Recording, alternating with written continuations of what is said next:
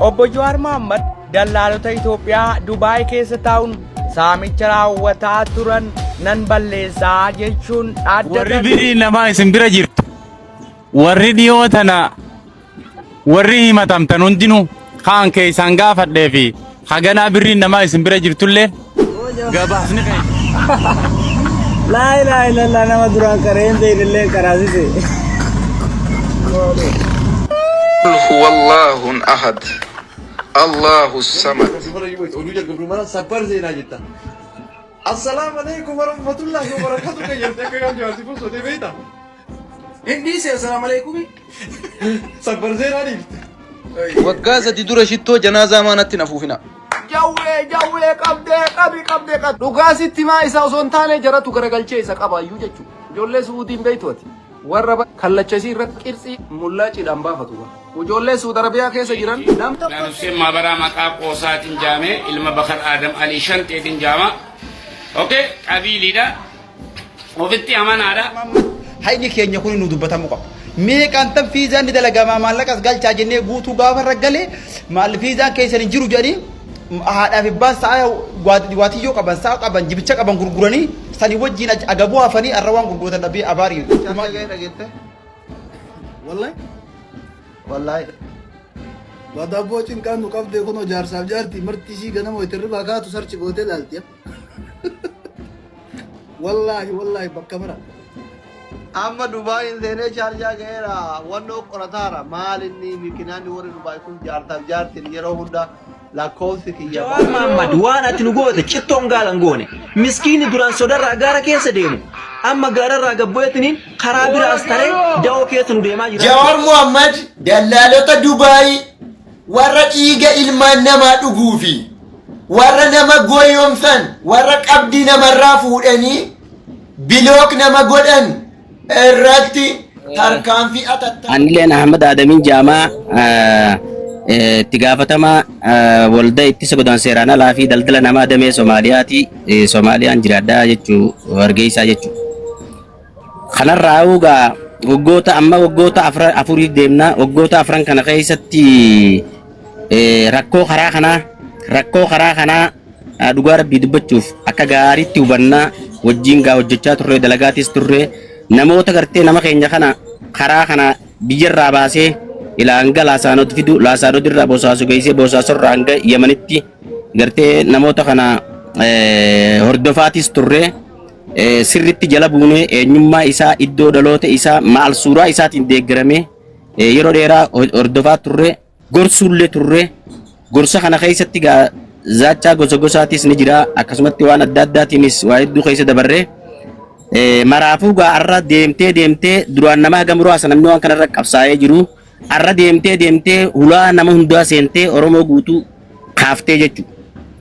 Kanaafuu gaa namoota kana gaa namoonni karaa kanatti magaalaa Hararirraa jalqabee Dirree Dhawarraan akkasumatti Jijjigaan Baabbilee Wacaaleerraas akkasumatti Somaalilaandii guutuu keessaa fi biroo bakka jaamtu akkasumatti maaliin Sinjaa Laasaanot ilaa Boosaasotti eenyuutu nama wanna godhaa eenyuutu nu gartee nama geggeessaa eenyuutu nama oofaa waggaa afran kana keessatti gaa akka gartee nama quraana hifzii godhuutti hifzii gooneeti eenyummaa isaaniitii fi suuraan deeggaramee waan hundanuu harka jirti jechuudha. Kanaafuu gocha gartee gocha hundaa gochuma Oromoo irratti geggeessitu gocha gartee fokkotaa gocha suukanneessaa gocha bani aadam dhiisii bineensi gaaraallee walirratti hin dalagne wanni dalagamaa jiru. Kana keessatti gaa uummanni geeljiraan Somaalii ta duraan gaalatiifattu ta nama keenya hin tuunin ta dhalaa Oromoo hin tuunnellee amma gudeedu jalqaban jechuudha. Amma dhuguma rabbii sanitti dhalaa miilaan karaarra deemtu hedduutu gudeedamee qabatamatti kan beeynu jechuudha. Kanaafuu kun hundinuu gaa qabsootan akkamitti waan kana balleessuullee dadhabne irrifnaa jenneeti waldayaan ijaarree gara mootummaatti illee dhayine mootummaatti illee ibsa goone yeroo hedduu gaa asirratti wannan juu malee deddeebi'aa ture jechuun gara mootummaati. Mootummaan raaga tokko beekamtii waldayaallee akkasumatti wanni kun maddii isaa eessa jira garamiin namni Jabuutii akka deemu garamiin akka garagartee Bosaasoo deemu damee Jabuutittis miseensa qabnaa Dirree Dhawaatii miseensa qabnaa Adaamaa miseensa qabnaa bakkayyuu miseensa qabna akka waldayaatti waan kana irratti hojjechaa turre waan nuti yeroo dheeraa ifaajjii irratti dabarsaa turre kana gaarran gartee gaa namuutu itti lafaa ka'ee kun injiifannoodha jeetii namanaa qabsoo nama lamaa sadii jalqaba Qabsoon tun eega nama lamaa sadii uumaa jalqabaa ammoo booda hawaasa guutuutti gartee dabartii jechuudha. Har'a qabsuma nama muraasaan jalqabne sanittuu isin hundatti dabree walumaanuu gartee akka qabsooytan isin godhee yaadajuun qabaa ulfaadhaa galatooma.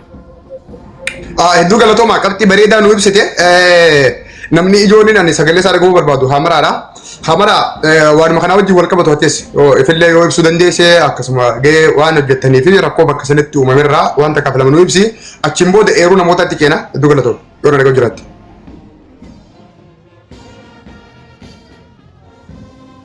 Galatooma warri amma dhufe yoo jiraate assalamu alaikum warahmatullahi wabarakatuh isinin jedha itti aansuudhaan ani hammarraa Umar Adam jedhama hojjetaa mootummaatii seera kiyya osoo hin ta'initti nama gandaan jalqaba hojii itti eegaletu qabamee sababa sanirraa itti seene attuma santummootu ani qulqulluudha waldaa akkanaatu jiraadhee waldaa linkiin ergee nama san himachuu jalqabe maal jalqaba nama kumaa kiyya barsiisan kiyya obsaa jechuun boodaa baalee guutaa kabuut qabadhu bilis.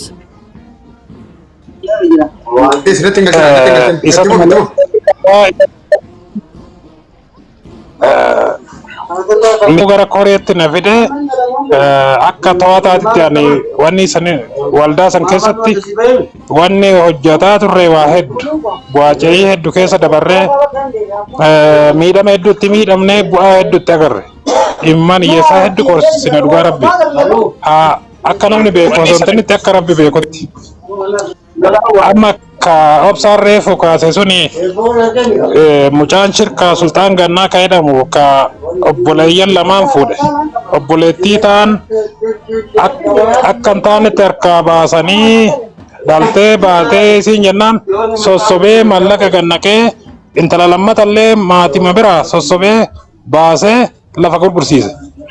Shirka keessatti magaalaan isaanii xareetaa kaareen 5,000 yeroo sanitti yaadadha. Kaareen takka lafa naa gurguraa jedhee lafa hin qabne innaan lafa akkanaa san gurguraa jedheen hin beeka waan ta'eef maatii. Lafti kaareen takka 5,000 ture inni kaareen 5,000 meeqan sii gurgura jennaan hagam tilmaamtan jennaan 5,000 nama gaafadhu jedhanii 5,000 sirraa naa tilmaamtanii ishii walakkaanu 2,000 fi walakkaa jedhanii hin ta'u jedhee 1,000 fi wayiin irraa tilmaamate kaaree 400 lafa magaalaa yeroo sanitti. Sansan wajjin bu'aa hedduu ceenee gabaabsuudhaaf ani amma Oromiyaa keessaa Wallaggaa fi Harargeen buune.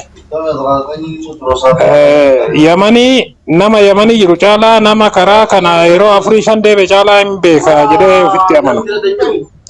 Lafa Yamanii kana tokko tokko lafaa fi namallee magaalaa Radaa eenyu jira Taqees nu jira.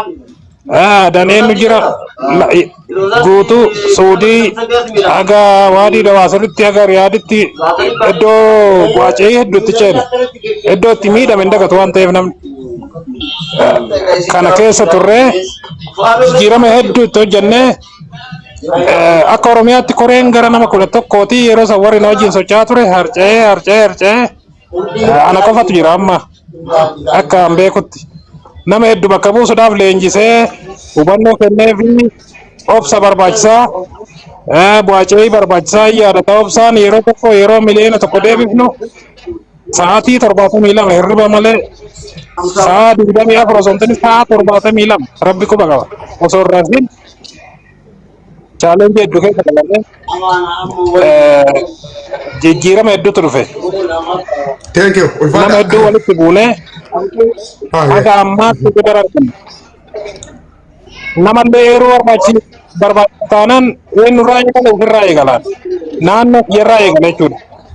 Akka Arsiitti bu'aa kana keessatti kooriin eenyuun namni biyyarraa baasu ijoollee namni ijoollee gurguru ijoolleen karaa Oromaan gurguramti karaa Basaasotii fi karaa Jibuutiin hayyootiin gurguramaa jirti yeroo ammaa karaa Jibuutiitiin Tigrootti gurguramaa jirti yeroo ammaa. Karaa Basaasotiin ijoollee shirkaatti gurguraa jira. Ijoolleen shirkaatitti atakitti gurguraa jira. Kana jechuudha fi sa'aatii dheeraa fide gatoma Fayyata ulfadha. Obsa gaafii takkaaniin isaan lamaan shabakaa isaanirra keetumaa hojjaadha. Isaanirra illee sumata wanti jeeti. Gaafii takkaan si gaafadha. Gaafii namoota hedduu as galee jiru. Ittisa godaansa seeraan alaa eegataatanii amaanaallee baadhatanii aangoollee yoo xiqqaate isinii kenname. Wanni kun yoo xiqqaate waggaa hedduudhaaf kan inni deemaa jiru. Wanni isin gootanii fi hanga isin hojjettan waan guddaa akka ta'e inni hubadha. Garuu waan takkaan isin gaafadhaan isin keessaa namuu dandeenyaa deebisa.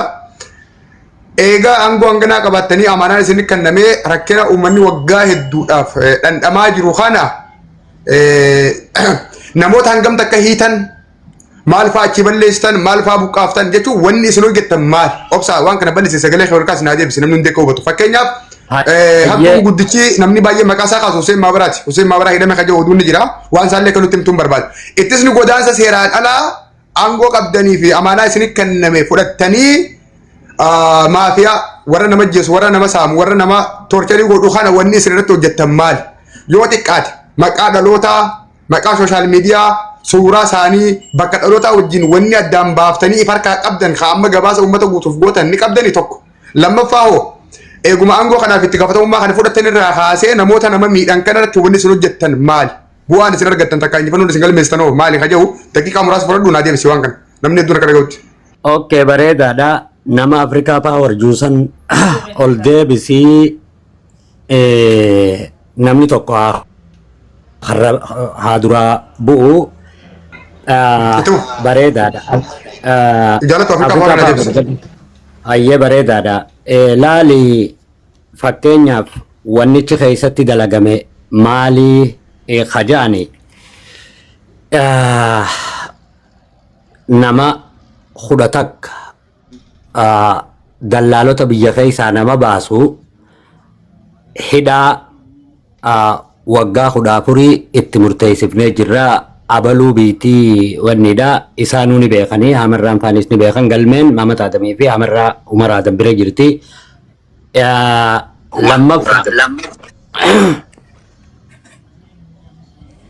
mootiin qabaa fi hayyee qabee fi lammaffaadha